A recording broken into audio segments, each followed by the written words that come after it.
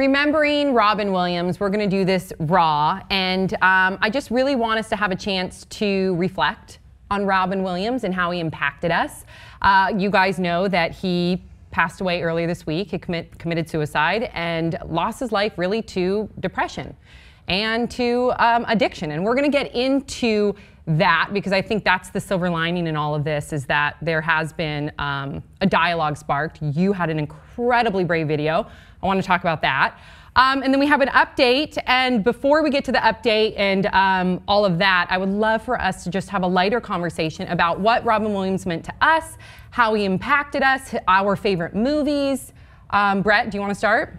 Yeah. Robin Williams was just, when I was born, he was already the person you look to, and he is funny. Everyone agrees. I was born when they were running like Mork and Mindy in the middle of the day, and that was when I would just watch him, and it was amazing. Just so much energy, incredible pace nonstop, and just anything he thought he would do, and the fact that you didn't know what he was going to do next, yes. and just the freedom that it seemed he was living with. To just entertain any notion. I mean, and the possibility that he had even more thoughts than he could express at any given time. So smart. And being as impressed with the things he could come up that fast, as well as the things I don't even know where that came from. I didn't hear it because I was too busy laughing from the last thing he said 2 or 3 things ago. Yeah. Yes. I think he was a rare breed in that he was a performer. Like, you see some of the movies he did when the roles got small, starting with The World According to Garp and World's Greatest Dad, which he did in 2009, which is really so amazing. Yeah, really great movie. I really liked it. Like, he would get this guy who was so big and so large would get so small and narrow in the way he did his extremes were intense. That is great range for a guy who could do Good Morning Vietnam and Mork and World's Greatest Dad and the movies like that. But he was a performer. It turns out, like, you put him and have him do stand-up, you put him in a sitcom. He was terrific in theater, on stage. He's a Juilliard-trained actor. Yes, he is. So, like I get the feeling that if you asked him, like, if he'd done a set with Tom Petty or Bruce Springsteen, he'd have been great. Yes. He just knows how to perform, and that is a remarkable skill. And then as we learned the difficulties that he had, I think it. Well, we'll get to that in a second. We'll get to that in a second. Bree, we've all seen all of his movies, loved his movies. You especially, I feel like, especially with we all know that Bree is a huge Peter Pan fanatic. So you have that too, where you see him as Peter Pan.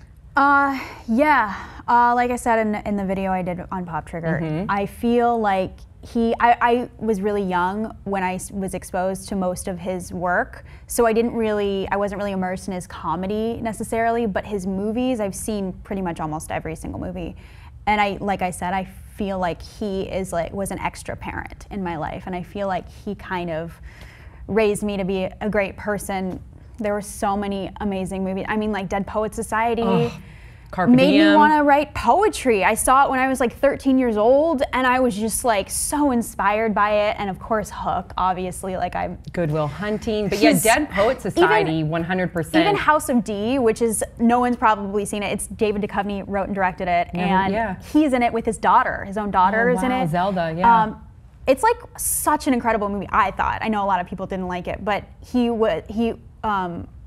played a mentally slow person. I don't know the politically correct way to say that anymore, and he was fantastic. And just any of his speeches there's something about the sound of his voice that is just so soothing to me, that just, he could make me burst into tears. And I think what you said just a moment ago really resonated with me, was the fact that you felt like he raised you. And yes, we say that about a celebrity, about an actor, but there's something unique. No, I don't think that about any celebrity. You. There's something unique, and I feel the same way. There's something unique about Robin Williams, where there was an aura about him, where when he performed or when he did an interview, or even when you just read an interview in a magazine, you felt that this was just a really genuine, gentle, kind soul. And to me, I felt connected to that.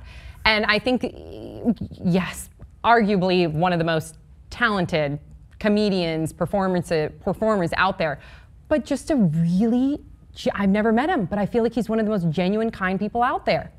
And that's why it's hard to lose someone like that. You know, in the interviews I did about him, a lot of people would say, you know, he was great in all his movies, and you know, he wasn't. And the movie, well, mostly because the movies weren't great. Right. Some real clunkers in there, and he had this ability to survive that. Like, we didn't care. That we loved him to such an extent that we could see lousy Robin Williams movie after lousy Robin Williams movie. Didn't matter. Right. Can't wait for the next one. Jack it's Robin and toys back right, to back. Right. He was far stronger than the material, and the reaction that all these people have had, people who didn't know him well, like people felt connected to him, and that again says something, I think, strong about him. I like what you kind of brought up, which was you didn't know him from that comedy. No. And just there's some credit that people give to folks who come from comedy and try to get into drama, where you're like, all right, if this was anyone else, if this was someone who only does drama, I would be more critical. Some people kind of give you that extra leash, but I feel like with Robin Williams, those moments where he would just feel. Yeah. And so few people, like, I mean, after having seen him so kinetic and frenzied on stage, he could then just have like such a moment where he exuded, and we all know that Robin Williams face where he like tries to smile and he does that thing, and it's that face that really, when I think about Robin Williams, a lot of really funny comedians who you don't feel like you know in any way. For right or wrong, we feel like we knew Robin Williams. He exuded a genuineness, an authenticity that is lacking. That has to be what it is. That people felt, and that's also the rawness of the manner in which he died, and the suddenness, but also this feeling. Celebrities this famous have died, and most of them don't have the connection that people feel like. Because it's sincere. We know. We're human beings. We know when someone, whether they're acting, whether they're in an interview, whether they're walking down the street and you watch them interact with a stranger, we know when something is sincere. And I think that's what it is about Robin Williams, is that everything about him was sincere. Yeah. Let's talk about your video, because I thought it was incredibly brave, and I think the gift that Robin Williams has given us, if I can say that, because of course this is a huge tragedy and huge loss, is the fact that we are having this conversation about mental illness, his depression. He has been fighting depression for quite some time. He's been open about that. His addiction. In fact, before we get to your video, we have an update. Excuse me for pulling it up on my phone, but it just popped up from Robin Williams' wife, and she issued a statement, and she said that Robin's sobriety was intact, and he was brave as he struggled with his own battles of depression, anxiety, and here's where the update comes into play, as well as early stages of Parkinson's disease, which he was not yet ready to share publicly. It was our hope in the wake of Robin's tragic passing that others will find the strength to seek the care and support the need to treat whatever battles they are facing so they may feel less afraid, which I feel like is a perfect segue into your very candid and honest and brave video that we put up through Pop Trigger. Yeah. Will you talk about that? Sure. I mean, I think it's so hard because like the people that really are struggling the most usually are the most quiet about it. So I don't think we should be quiet anymore. Like, this is something we can't help. So why not just say, hey guys, I'm not crazy. Like, I'm not a crazy person. I just need a little balance. I just need a little help sometimes. And for you to tell me, you're just sad right now, like, you're gonna get over this. You're just sad. Don't snap out of it, snap Bree. out of it. Yeah. Like I said in the video, you wouldn't tell someone who has diabetes or cancer to just snap out of it. It feels like, who would want this, first of all? Like, if we could help it and snap out of it, pretty sure we would. It literally feels like monsters. And so, like, I did want to quickly bring up, because I have been reading the Dr. Drew things and seeing the stuff that you've been working on with him. And I really appreciate the fact that he's trying to take the stigma off of it by calling it what it is. It is a mental illness. It's a brain disease. But he did say one thing where it's like, stop saying that we're fighting our inner demons. And I disagree with that just because that's what it feels like. That's like the best comparison, is that it feels like somebody else, something evil has stepped into your body and has like brainwashed you. Oh yeah, wait, hold on. Hold on. Let me respond to that because I actually said that on the show. Yeah. So I think that, and Dr. Drew actually changed my mind. So this has come, and believe me, I get where you're coming from. I also suffer from depression and panic attacks and anxiety and obsessive compulsive disorder. It's the first time I've actually said that out loud. And I've dealt with addiction too. Not myself personally, but within my family life. So why I don't feel comfortable talking about it is bullshit, because I feel tainted somehow, and I feel like that I'm burdening people, and I feel like that people are gonna judge me, and that's fucked up, because if I were to announce that I have been suffering from diabetes or cancer, people would come out of the woodworks to support me. Yeah. But if I say that I'm suffering from alcoholism, people are gonna run for the hills saying, oh wow, guess she's not strong enough, and what a poor choice, and blah, blah, blah, blah, blah.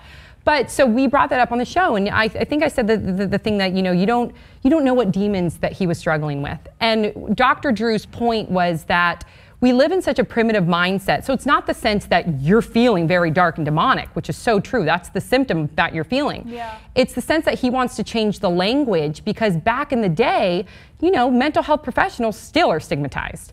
Mental illness is stigmatized. And back in the day, people would call it, you're being taken over by the devil. It's demonic. You're fighting your own demons. And he just wants people to not say, because if you were dealing with cancer, you would not say, oh yeah, Robin Williams died of cancer and he was fighting his own demons. You would say, because cancer symptoms are pretty dark too. Right. So he just wants the language to change, because he doesn't want people to see that as something so primitive. Let me bring it back to Robin Williams just for a quick second, because I think it'll help some people. First of all, it turns out that his depression, the onset of his extreme depression, came after his open heart surgery, which is also fairly common. I didn't know that. Dr. Drew pointed that out. Did you know that? Yes, I did. I had no idea that if you just get heart surgery, that you're more susceptible. You were more susceptible. Any major surgery. Any major surgery. But especially heart surgery, and that freaked me out, knowing certain people that have addiction and depression and just had heart surgery. If you know people, it's something to look for, especially of a certain age, especially, you know, middle. And then add on the addiction to that. Right, and add on. So then you're like, you're predisposed to all of that. Yes. If you, Mark Maron's WTF podcast, he did an interview with Robin Williams 2010. He's reposted it and put up a new intro to it. It's a great interview. You're not going to find Robin Williams being more insightful. He talks a little bit about suicide. I have one quote here that, you know, because some people will look at this as simplistic as, he was so funny, he had a great career, how could he not get that? I hate that. Here's what Robin Williams said, and he talks about suicide in this interview with Mark Maron. It's trying to fill the hole, and it's fear. You're going, what am I doing in my career? You bottom out. People say, you have an Academy Award. And then Williams says, the Academy Award lasted about a week. And then 1 week later, people are going, hey, Mork. So, like, you know, success, just like it is for anybody else, man, it's, you know, it's fleeting. You don't, like, you constantly have to keep filling that hole. And so many, especially in this business. That's right. Because it's so based on who's hot right now. In other businesses, say just the business world, like Mark Cuban is like, he said, A-Rod in baseball has to hit the ball 1 out of every 3 times he's at bat in order to stay good. Wow. I only had to hit the ball once in order to be successful. Yeah. Forever. But even just the unfair perception of, oh, because he's wealthy and famous and has an Oscar and he's funny, you know, people do not think that that person could be suffering. And I'm not talking about Robin Williams per se, but just, it doesn't discriminate is my point. It doesn't discriminate just whether you're beautiful or a celebrity or, you know, growing up in a low income neighborhood. Everybody can suffer from it because it is a brain disorder. And the more that we break down that stigma and see it just like any other mental or any other illness, the better that people will feel more confident and comfortable talking about it. Another quick thing I wanted to say was that article that called Why Funny People Kill Themselves. Yes. I am actually not the biggest fan of that article. Oh, like, it's really? not a bad read, but I just feel like it's such a bigger issue than that. And I feel like it's not quite fair to generalize comedians as like being really... They do seem to... Sure, a lot of them do, but think about the 39,000 people in the US that kill themselves every single year. Pretty PTSD, sure, soldiers. Pretty sure most of them are not comedians. So it's just, Jerry Seinfeld says that, look, I have a talent, right? Not everybody has the talent. Some other people have it. I have a talent. My talent is that I'm funny, right?